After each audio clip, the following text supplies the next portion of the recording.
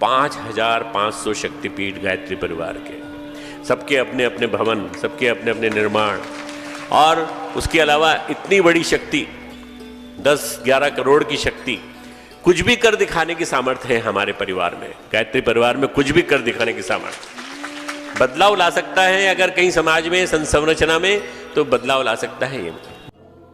प्रज्ञा समाचार की शुरुआत करते हैं। डॉक्टर चिन्मय पंड्या जी ने अपने सारगर्भित उद्बोधन में आओ गढ़े संस्कारवान पीढ़ी अभियान को बेहद ही आवश्यक बताया और इसे अनिवार्य बताया। उन्होंने कहा कि आज हमारे जीवन में संस्कारों का अभाव है, जिसका मुख्य कारण है आओ गढ़े संस्कारवान पीढ़ी जैसे अभियानों का अभाव रहना।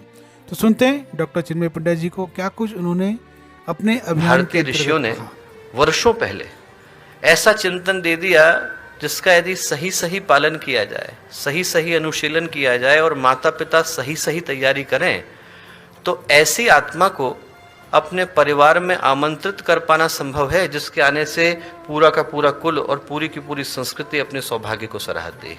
पुराणों के पन्ने ऐसे उदाहरणों से भरे पड़े हैं।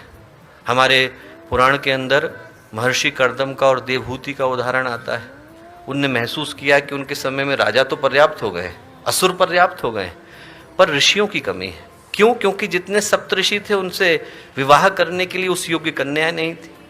महर्षि कर्दम ने, देवहूति ने, दोनों ने तप किया और तप करने के बाद 8 पुत्रियों को जन्म दिया। अरुंधति को जन्म दिया, अनुसुईया को जन्म दिया, कला को जन्म दिया, क्रिया को जन्म दिया, हविर्भु को जन्म दिया, ख्याति को जन्म दिया, शांति को जन्म दिया और क्षमा को जन्म दिया। और इन 8 के विवाह सप्तऋषियों के साथ हुए।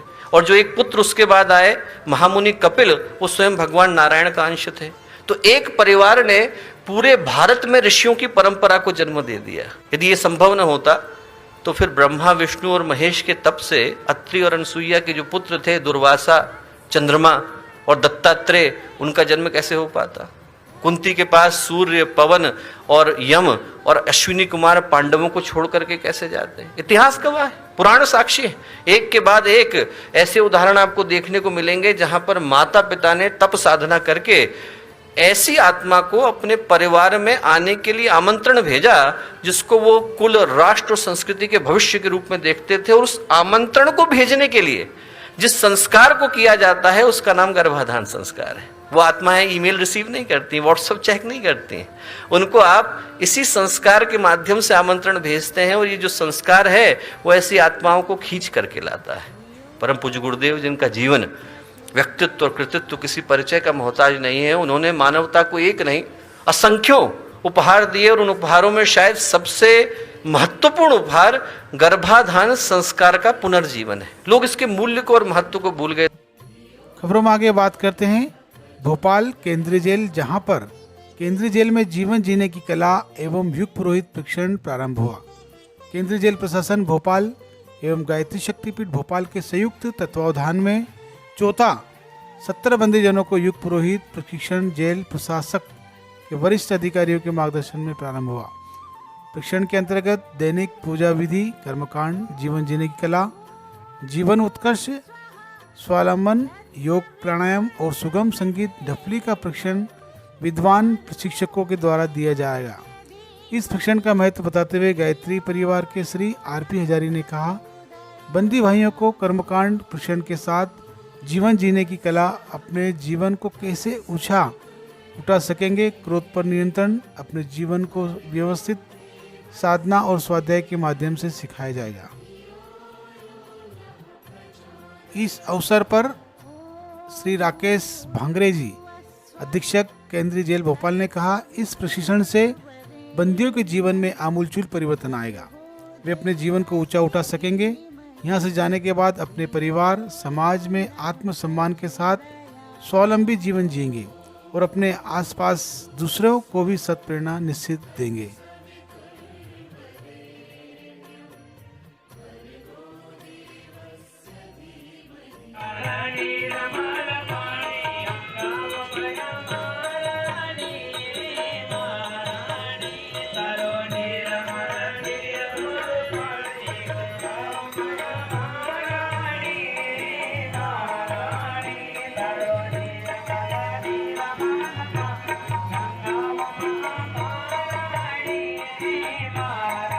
खबरों में बात करते हैं ग्राम घटगांव रणदापुरा, जहां पर पंचकुंडी गायत्री महायज्ञ संपन्न हुआ, जिसमें 2 जोड़ों का विवाह संस्कार भी सादगीपूर्ण संपन्न हुआ। और पंचकुंडी गायत्री महायज्ञ के साथ कई लोगों ने अपने जीवन को ऊंचा उठाने के लिए कई अच्छे संकल्प भी लिए गए।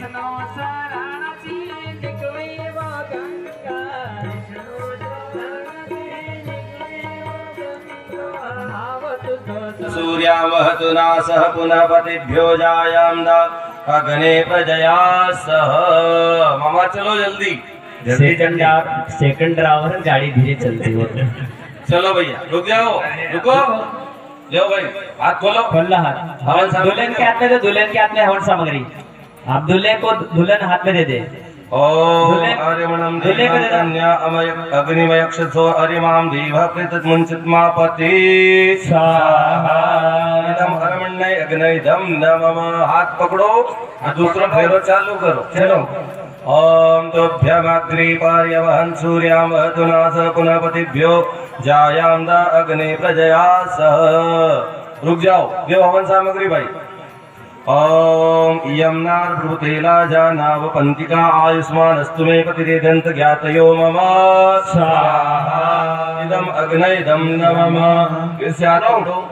चलो तीसरा ओम तोभ्यमग्निपर्यवहन् सूर्यां वहतु नासः पुनः भर्गो देवस्य धीमहि धियो यो नः प्रचोदयात् स्वाहा। इदं गायत्र्यै नमः।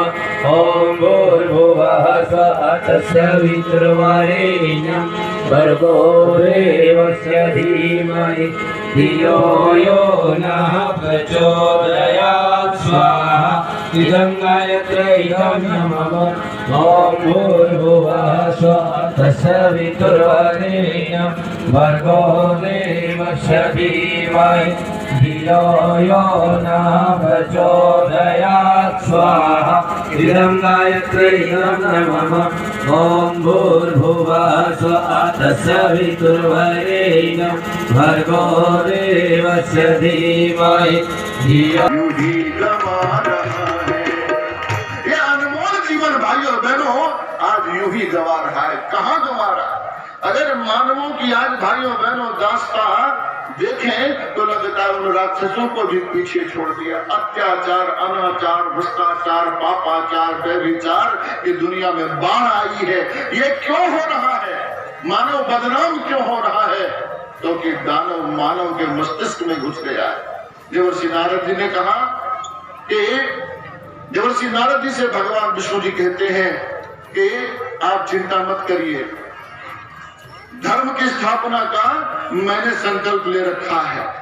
जब जब होई धर्म की हानि, जब जब होई धर्म की हानि, बाढ़े असुर अधम अभिमानी, बाढ़े असुर। ताली बजाइए। जब जब होई धर्म की हानि, जब जब होई धर्म की हानि, बाढ़े असुर अधम अभिमानी, बाढ़े असुर अधम अभिमानी। तब तब धरि प्रभु विविध शरीरा, तब तब धरि विविध शरीरा, करहि वाणी भजन वीरा, करहि वाणी भजन वीरा, करहि वाणी भजन वीरा।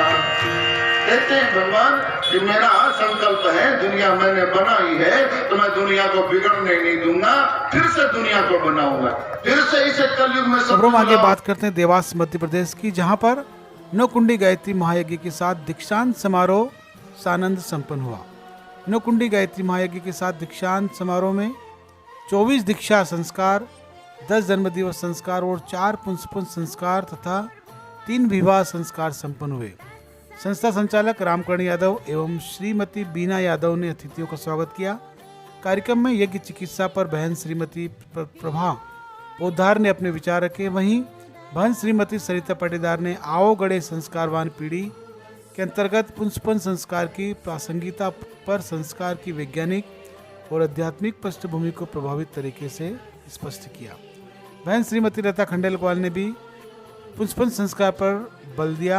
यज्ञ कार्यक्रम का संचालन महेश आचार्य, रविशंकर राठौर ने किया। आभार प्रदर्शन कन्नौज ट्रस्ट के प्रबंध ट्रस्टी श्री राजेंद्र शर्मा ने व्यक्त किया।